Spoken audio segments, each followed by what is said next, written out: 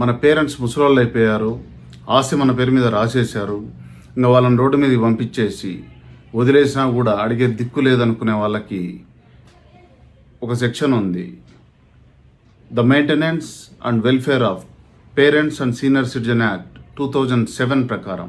అందులో సెక్షన్ 23 ప్రకారం సీనియర్ సిటిజన్స్కి సరైన బేసిక్ కమ్యూనిటీస్ ఇవ్వకపోయినా కూడా, వాళ్ళ వెల్ఫేర్ చూడకపోయినా కూడా ఆ గిఫ్ట్ డీడ్ని క్యాన్సిల్ చేసుకునే అధికారం వాళ్ళకు ఉంది.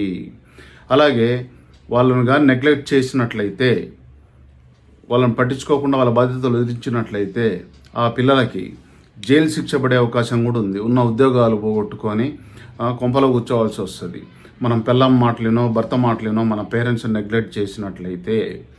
అలాగే సీనియర్ సిటిజన్స్ కొడుకు దగ్గర మాత్రమే కాదు, కూతురు దగ్గర నుంచి కూడా మెయింటెనెన్స్ క్లెయిమ్ చేసుకునే అధికారం వాళ్ళకు ఉంది.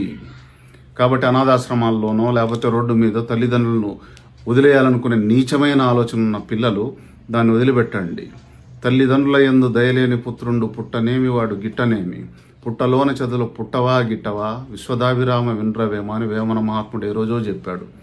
మరి నాయన, మనం బతికుండంగా మన తల్లిదండ్రులు రోడ్డు మీదకి వచ్చారంటే అట్లాంటి పిల్లలు ఉన్నా ఒకటే సచ్చినా ఒకటే.